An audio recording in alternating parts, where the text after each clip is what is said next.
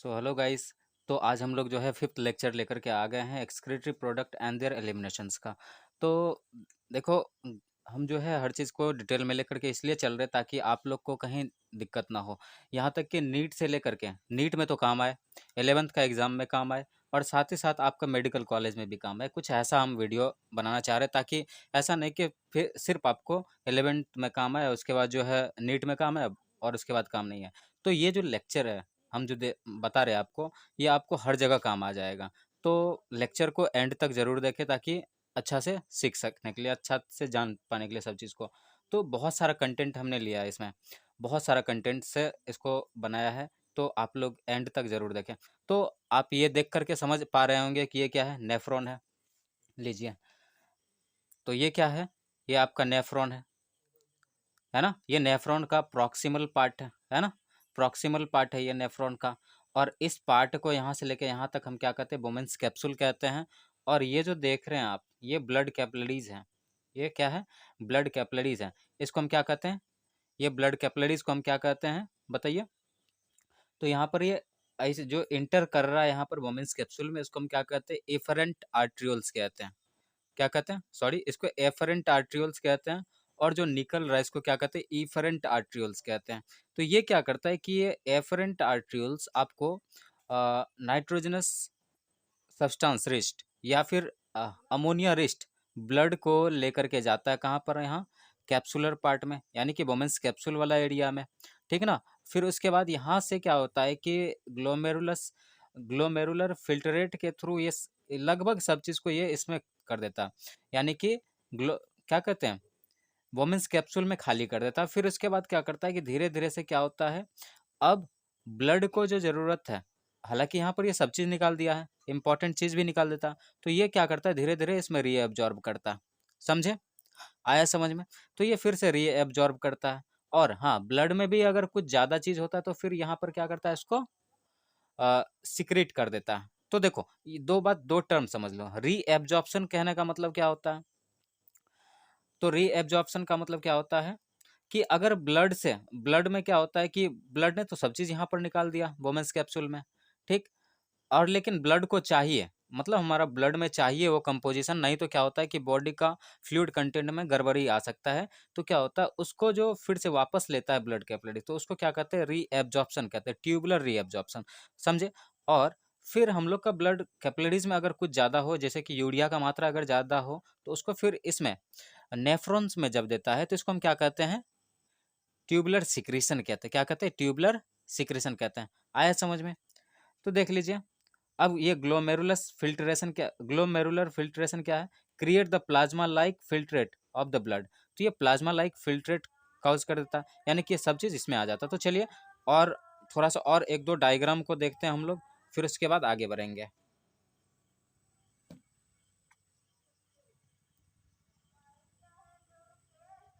ये देखिए, तो ये क्या है, इस चीज़ को आप भली भांति जान रहे होंगे, ये नेफ्रॉन है। तो अब नेफ्रॉन का जो ये पार्ट है, ये वाला, इसको हम क्या कहते हैं, पीसीटी कहते हैं, यानी प्रॉक्सिमल पार्ट कहते हैं। और इधर का पार्ट को हम क्या कहते हैं, डिस्टल पार्ट कहते हैं, या फिर एंडिंग पार्ट कहते हैं। और फिर यहाँ से जो ये दिख रहा है आपको, इसको हम क्या कहते हैं, कलेक्टिंग डक्ट कहते हैं। और जितना भी ये दिख रहा है ना, ये ओपनिंग, ये क्या है आपका, ये नेफ्रॉन का ये एंडिंग है, मतलब डिस्टल पार्ट दिख रहा है यहाँ पर, ठीक ना, कोई दिक्कत। और यहाँ पर देख लीजिए, ये यहाँ पर ये प्रॉक्सिमल पार्ट यहाँ पर खत्म हो रहा है। फिर प्रॉक्सिमल पार्ट से यहाँ पर देखिए ये ट्यूबुलर और थोड़ा थीन पार्ट जो आ रहा है यहाँ तक, इसको हम क्या कहते हैं, इसको हम कहते हैं हेनलीज लूप। क्या कहते हैं, लूप ऑफ हेनली या हेनलीज लूप कहते हैं, ठीक। तो अब देखो, अब यहाँ से जो भी चीज़ आ रहा है, अब देखिए कोई भी चीज़ डाउन हिल आ रहा है, ये नीचे की तरफ आ रहा है इसमें। अब ये क्या होता है कि फिल्ट्रेट नीचे की ओर आता है। अब ये नीचे की ओर जैसे जैसे आएगा और जैसे डिस्टल पार्ट की ओर ये बढ़ेगा, वो क्या होगा कि यूरिन कंसंट्रेट होते जाएगा, मतलब यूरिन फॉर्म होते जाएगा, एक तरह से हम कह सकते हैं। तो आज का लेक्चर ही है हम लोग का यूरिन फॉर्मेशन, है ना। तो यहाँ तक जाएगा। अब ये जो पार्ट है देखिए, क्योंकि ये नीचे आ रहा है तो इसको हम कहते हैं डिसेंडिंग पार्ट। क्या कहते हैं, descending limb of Henley, descending limb of loop of Henley. समझ में आया। और फिर ये ऊपर की ओर जाते हैं, तो ऊपर जैसे जाते हैं तो उसको असेंडिंग कहते हैं। आया समझ में। तो बचपन में ही हम लोग पढ़े, तो ऊपर जाने का मतलब असेंडिंग और नीचे आने का मतलब डिसेंडिंग। आया समझ में? तो चलिए हम लोग जो है अभी लेक्चर पे फोकस कर लेते हैं, उसके बाद आगे बढ़ेंगे। फिर से जहाँ ग्राफिक्स के जरूरी पड़ेंगे वहां पर हम लोग ग्राफिक्स देखेंगे। चलिए आगे बढ़ते हैं।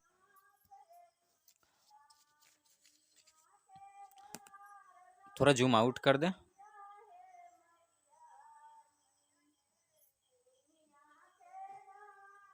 देखो, तो आज का लेक्चर है हम लोग का क्या, यूरिन फॉर्मेशन। लेक्चर क्या है, यूरिन फॉर्मेशन है।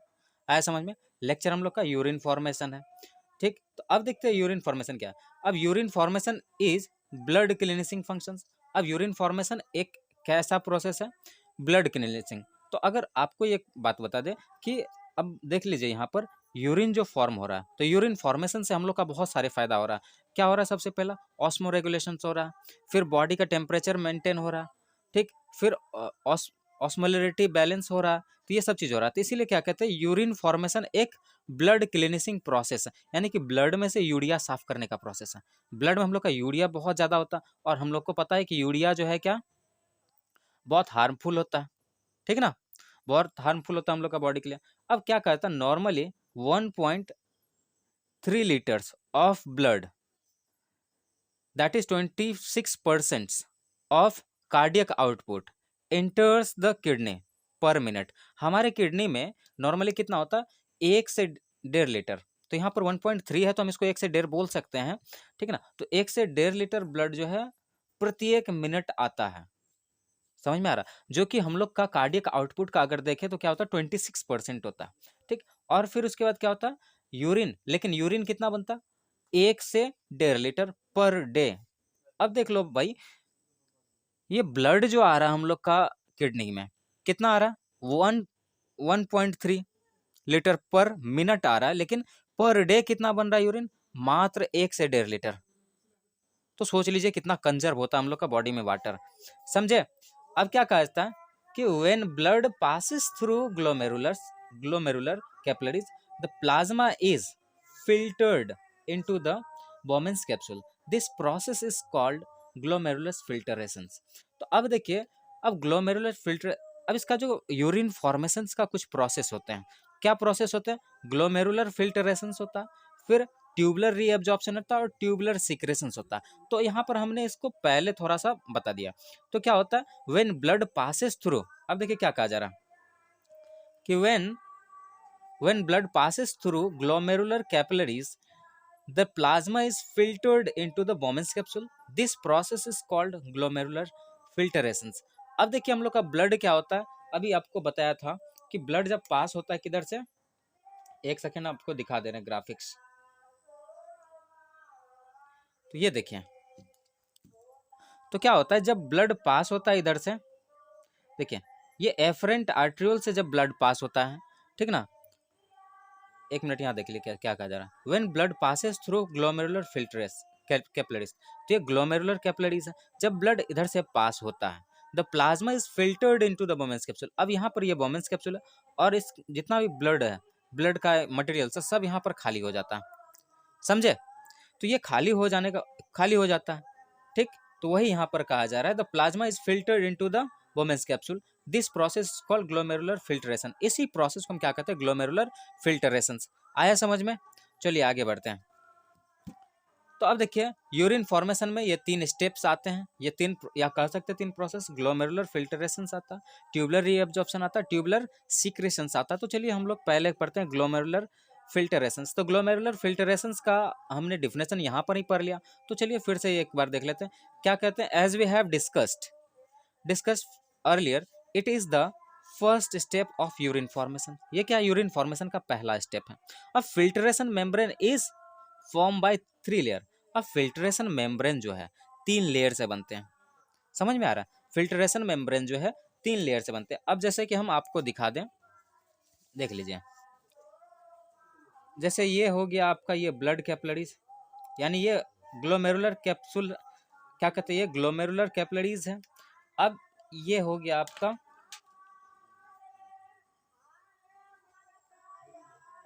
ये हो गया बेसमेंट मेम्ब्रेन, ये ग्लोमेरुलर कैपिलरी, ये बेसमेंट मेम्ब्रेन। और फिर अगर देखा जाए तो लीजिए इससे बनाते हैं हम, ये हो गया बोमेन्स कैप्सूल। तो 3 लेयर हो गया, है ना? तो उसी चीज़ को हम लोग डिस्कस करेंगे। तो ठीक, तो अब देखिए क्या कहा जा रहा है कि फिल्टर क्या कहते हैं, as we have discussed earlier it is the first step of urine formation. अब filtration membrane is form by 3 layer. तो फिल्ट्रेशन मेम्ब्रेन 3 लेयर का बनता है, क्या क्या? ग्लोमेरुलर कैपिलरी मेम्ब्रेन, ठीक, उसके बाद basement membrane and visceral layer of Bowman's capsule. तो ये हो गया आपका विसरल लेयर वोमेंस कैप्सूल का, आया समझ में? और ये हो गया बेसमेंट मेम्ब्रेन, ये हो गया क्या? ग्लोमेरुलर कैपिलरीज का एंडोथेलियल सेल्स कह सकते हैं। तो चलिए आगे बढ़ते हैं, एक एक करके थोड़ा थोड़ा पढ़ लेते हैं। अब ग्लोमेरुलर कैपिलरी मेम्ब्रेन क्या होता है? अब क्या कहता है? Form by single layer of endothelial cells. अब देखिए ग्लोमेरुलर कैपिलरी कहने का मतलब ब्लड वेसल्स की बात कर रहे हैं, तो ये ब्लड वेसल्स का एंडोथेलियल सेल से बनता है, ठीक है ना? Form by the single layer of endothelial cells attached with the basement membrane. ये बेसमेंट मेम्ब्रेन से अटैच होता है और इसके पास बहुत सारे पोर होते हैं, ठीक है ना, जिसको हम फिल्ट्रेशन पोर भी कहते हैं, या फिर इसको क्या कहते हैं? फेनेस्ट्रे। क्या कहते हैं? फेनेस्ट्रे। आया समझ में? क्या कहते हैं? फेनेस्ट्रे या फिर फिल्ट्रेशन पोर कहते हैं। और ये चीज जो हम यहाँ लिखे हैं इसको बाद में हम लोग समझेंगे, पहले आगे बढ़ जाते हैं। चलिए अब पहले हम लोग क्या कर लेते हैं, बेसमेंट मेम्ब्रेन देख लेते हैं। तो बेसमेंट मेम्ब्रेन क्या है? It separates the endo endothelium of glomerular capillaries and the epithelium of visceral layer of Bowman's capsule. तो ये बेसमेंट मेम्ब्रेन दोनों के बीच में आते हैं।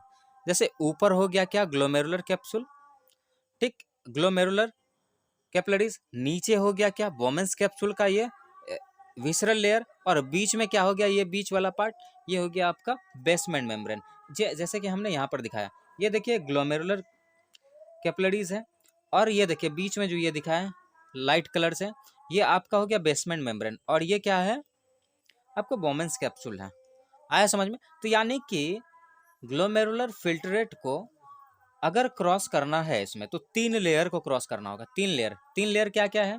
तो सबसे पहला इसका तो ग्लोमेरुलर कैपिलरी का एंडोथेलियम सेल्स है, फिर बेसमेंट मेम्ब्रेन है, फिर इसका क्या है? अब बताओ, ये जो है वोमेंस कैप्सूल का विसरल लेयर को, यानी कि पोडोसाइट सेल्स को क्रॉस करना होगा, तब जाकर, यानी 3 लेयर से फिल्टर्ड होता है। समझ में आ रहा? कोई दिक्कत? तो चलिए आगे बढ़ते हैं हम लोग क्या? विसरल लेयर की ओर। तो visceral layer of Bowman's capsule, आया समझ में? Each cells is connected with basement membrane. ये सेल जो है बेसमेंट मेम्ब्रेन के साथ कनेक्टेड होता है। कैसा? इस साइटोप्लाज्म का एक क्या कहते हैं? एक्सटेंशन, ऊपर की ओर उभार के जैसा होता है, जिसको हम क्या कहते हैं? पेडिसल्स कहते हैं या फिर फीट कहते हैं। आया समझ में? क्या कहते हैं? पेडिसल्स कहते हैं या फिर फीट कहते हैं। आया समझ में? नाउ अब देखिए पोडोसाइट क्या होता है? तो एपिथेलियल सेल विथ पेडिसल्स। तो पेडिसल्स हम किसको कह रहे थे? बताइए।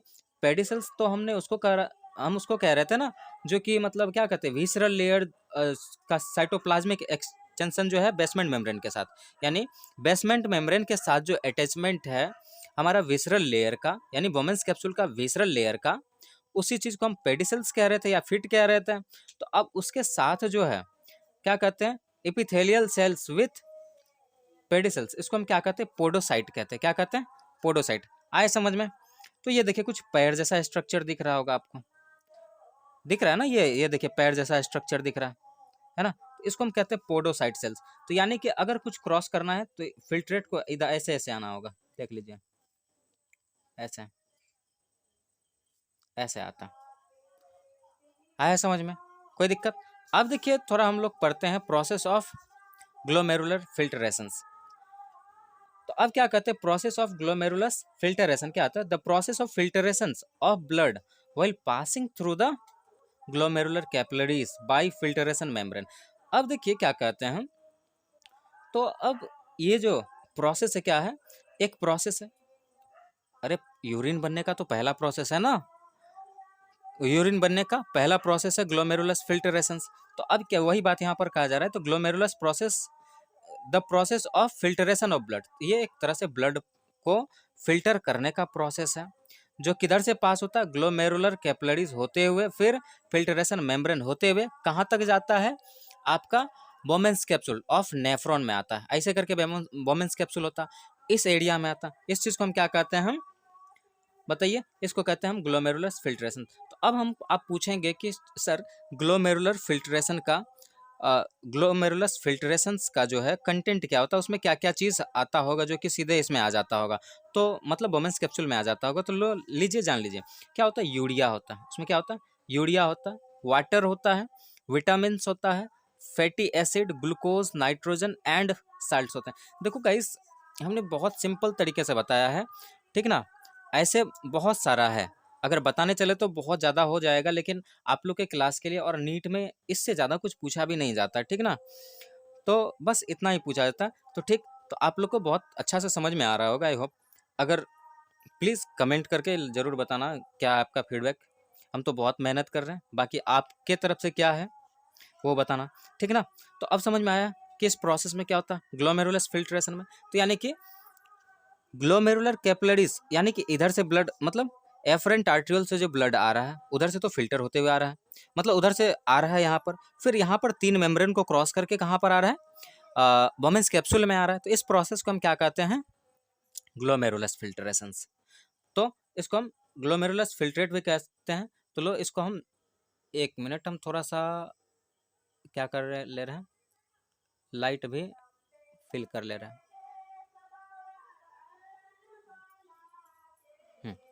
तो अब देखो गाइस, क्या होता है कि हाँ, क्या बताना चाह रहे थे हम।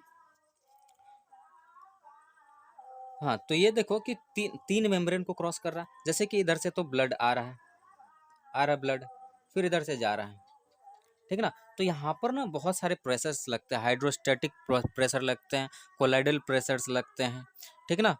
और ढेर सारे प्रोसेस यहाँ पर देख लो क्या क्या प्रेशर लगता है, देख लो। तो सबसे पहला तो ग्लोमेरुलर प्रेशर लगता है, ये जिसको हम कैपिलरी प्रेशर भी कहते हैं। फिर उसके बाद क्या कहते हैं, उसके बाद क्या होता है ग्लोमेरुलर कैपिलरी प्रेशर, ये भी सेम ही है। उसके बाद क्या कहते हैं कोलाइडल प्रेशर्स लगता है, फिर समझे, फिर हाइड्रोस्टैटिक प्रेशर्स लगते हैं। आया समझ में, कोई दिक्कत। आगे बढ़े तो चलो देख लेते हैं पहले ये सब।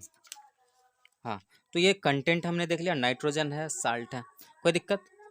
गाइस देखो, नोट्स अगर आप लोग को चाहिए तो आप मेरे फेसबुक पेज पर जा कर के वहाँ से ले सकते हैं, या फिर आप टेलीग्राम पेज पर जा सकते हैं। टेलीग्राम सेम नाम से, यानी कि चैनल का नाम से ही है, संजीत बायोलॉजिकल वर्ल्ड से आपको दिख जाएगा। आप वहाँ पर जा कर के नोट्स ले सकते हैं, ठीक ना। हम उसका जो है क्या कहते हैं लिंक आपका डिस्क्रिप्शन में दे देंगे, फेसबुक और दोनों जगह का। क्या कहते हैं, आप इंस्टाग्राम पे हमें फॉलो कर सकते हैं SBW संजीत के नाम से, ठीक ना। तो चलिए आप आगे बढ़ते हैं। GF, अब देखिए क्या होता है कि GF exert pressures in Bowman's capsules called capsular pressures और हाइड्रोस्टैटिक प्रेशर्स। तो देख लो गाइस, तो क्या कहते हैं, तो ग्लोमेरुलर फिल्ट्रेशन जो है, तो ग्लोमेरुलर फिल्ट्रेट जो है क्या करता है, एक्सर्ट करता है प्रेशर किस पे, वोमेंस कैप्सूल पे, ठीक है ना। जिसको हम क्या कहते हैं कैप्सुलर प्रेशर भी कहते हैं, या फिर हाइड्रोस्टैटिक प्रेशर भी कहते हैं, जिसका वैल्यू क्या होता है 15 mmHg। क्या होता है, ओनली 15 mmHg। आया समझ में। अब ये क्या करता है, अपोज करता है फिल्टरेशंस को, मतलब ग्लोमेरुलर फिल्ट्रेशन को अपोज करता है।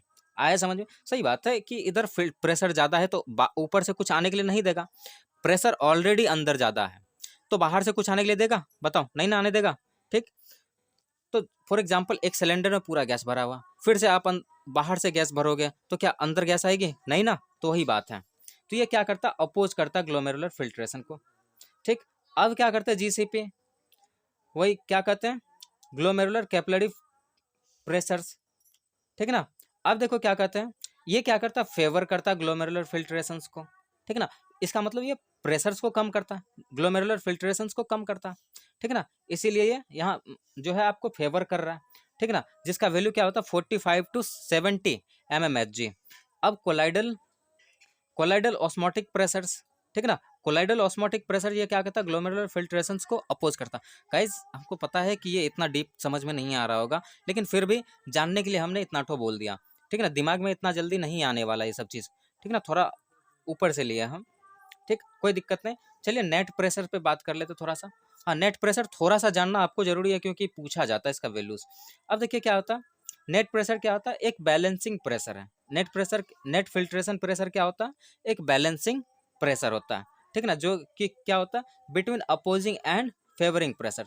अब देखिए दो टाइप के प्रेशर्स अभी लग रहे थे हम फिल्ट्रेशन के, एक फिल्ट्रेशन को साथ दे रहा था फिल्ट्रेशन होने के लिए, और एक जो है अपोज कर रहा था, ठीक ना। तो इन दोनों के बीच में जो रहता है बैलेंसिंग प्रेशर, उसको हम क्या कहते हैं? Net filtration pressures. आए समझ में? जिस अब अगर आपको कहा जाए नेट फिल्ट्रेशन प्रेशर निकालने के लिए, तो आप क्या करेंगे बताओ? Glomerular capillary pressures minus colloidal osmotic pressures को माइनस कर देना। क्या करेंगे बताओ? ग्लोमेरुलर कैपिलरी प्रेशर में से कोलाइडल ऑस्मोटिक प्रेशर्स को माइनस कर देंगे, तो हम लोग को क्या मिल जाएगा? हाइड्रोस्टेटिक प्रेशर्स या फिर नेट फिल्ट्रेशन मिल जाएगा। आया समझ में? कोई दिक्कत? या फिर कह सकते हैं ये इतना माइनस इतना बराबर ये आ जाए, तो हमको क्या मिल गया? एनएफ मिल गया, यानी कि नेट फिल्ट्रेशन प्रोसेस प्रेशर्स मिल गया। आया समझ में? तो चलिए आगे बढ़ते हैं हम लोग। Tubular reabsorption. तो ट्यूबुलर रीएब्जॉर्प्शन हमने पहले ही बताया था। ट्यूबुलर रीएब्जॉर्प्शन का मतलब क्या होता है? कि ट्यूब्यूल्स के द्वारा जो भी चीज रीएब्जॉर्ब होना, तो क्या कहते हैं? The process of reabsorption of water and other electrolyte, यानी पानी या और अदर इलेक्ट्रोलाइट जो कि क्या होता है कि मतलब रीएब्जॉर्ब हो जाता है किधर? ट्यूबुलर यानी कि ब्लड वेसल्स में, तो उसको हम क्या कहते हैं? Tubular reabsorption. तो समझ में आया? अब देखिए क्या कहता है? The process of reabsorption of water and other electrolyte from tubular part of nephron to the blood is called tubular reabsorption. Electrolyte क्या हो सकता है? सोडियम हो सकता है, पोटेशियम हो सकता है, कैल्शियम हो सकता है, और सॉरी क्लोरीन हो सकता है। आया समझ में? अब देखो ट्यूबुलर सिक्रेशंस के बारे में क्या है। तो ट्यूबुलर, अब हम लोग का ब्लड में कुछ ऐसा चीज रह जाता है जो कि वापस करना होता है नेफ्रॉन को, तो उस चीज को हम क्या कहते हैं? तो वो जो निकालता है तो उसको क्या कहते हैं? Tubular secretions. The process by which the substances are transported from blood to renal tubules also called tubular excretions। आया समझ में? तो ट्यूबुलर सिक्रेशन को हम ट्यूबुलर एक्सक्रेशन भी कह सकते हैं। तो भाई अब यूरिन का कंपोजिशन, अब हम लोग का इस इतना प्रोसेस के बाद हम लोग का यूरिन बन जाता है, ठीक ना। तो अब क्या कहते हैं? हाँ, बीच में काउंटर करंट छूट रहा है, ठीक ना। तो काउंटर करंट को हम लोग नेक्स्ट लेक्चर में कर लेंगे, सिर्फ काउंटर करंट ही उस दिन हम लोग डिस्कस करेंगे। मात्र 5 से 7 मिनट का वीडियो होगा, ठीक। तो चलिए यूरिन का कंपोजिशन क्या है। यूरिन में देखिए 95% वाटर होता है। यूरिया 9.3 टू 23.3 ग्राम पर लीटर होता है। अब सोडियम की बात करें तो 1.17 टू क्या कहते हैं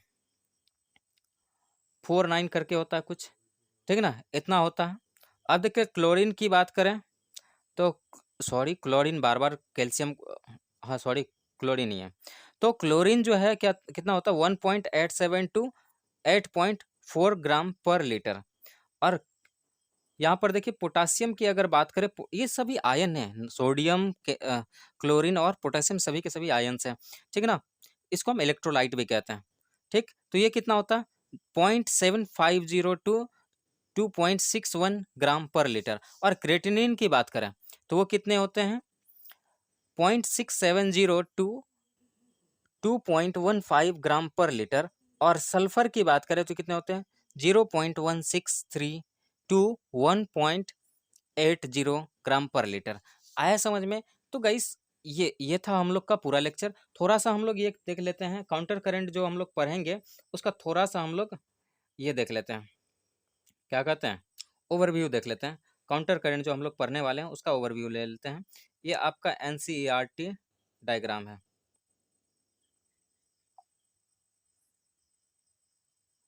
एक सेकेंड।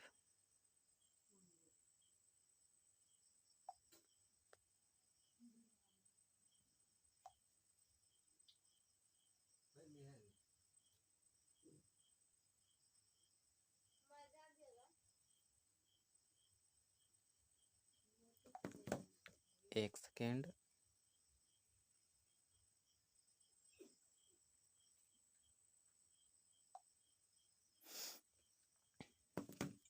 तो ये रहा गाइस आपका, एक सेकेंड हमें लाइट ऑफ करने दीजिए, ठीक। थोड़ा सा जूम,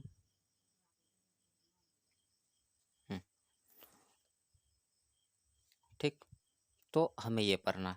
देखिए काउंटर करंट मैकेनिज्म में हमें यही पढ़ना है कि मतलब नेफ्रॉन से क्या निकलता है, जैसे कि HCO3, हाइड्रोजन बाइकार्बोनेट, फिर NaCl, फिर नमक, ठीक है ना। अ, मतलब ये देखिए इधर से जो एरो दिखा रहा है तो ये बताता है कि हमारा नेफ्रॉन क्या सिक्रीट कर, मतलब क्या रीअब्जॉर्ब करवा रहा है ब्लड में। और फिर यहाँ नीचे जो एरो दिया गया है नेफ्रॉन की तरफ, ये बताता है कि ब्लड कैपिलरीज क्या सिक्रीट कर रहा है, यानी कि ये ट्यूबुलर सिक्रेशन कह देंगे हम इसको, और इसको ट्यूबुलर रीएब्जॉर्प्शन कहेंगे। ये जो पूरा दिख रहा है आपको, ये ट्यूबुलर रीएब्जॉर्प्शन कह सकते हैं हम इसको। तो थोड़ा सा हम आपको बता ही दें तो बेहतर होगा, ठीक है ना, बता ही दे तो बेहतर होगा, लेकिन यहाँ पर काम नहीं कर रहा, कोई नहीं, रहने दीजिए, हम बाद में इसके बारे में बात करेंगे। तो ये देखिए हम लोग यही पढ़ेंगे कि क्या क्या चीज़ एब्जॉर्ब हो रहा है और क्या सिक्रीट हो रहा है। तो काउंटर करेंट मैकेनिज्म में ये सब भी पूरा पढ़ लेंगे। तो गाइस आज के लिए बस इतना ही, और थैंक यू। आप क्या करें, अगर अच्छा लगे लेक्चर तो अपने दोस्त को भी शेयर करें और रिकमेंड करें, ठीक है ना। तो चलिए, थैंक यू, आज का लेक्चर यहीं ख़त्म करते हैं।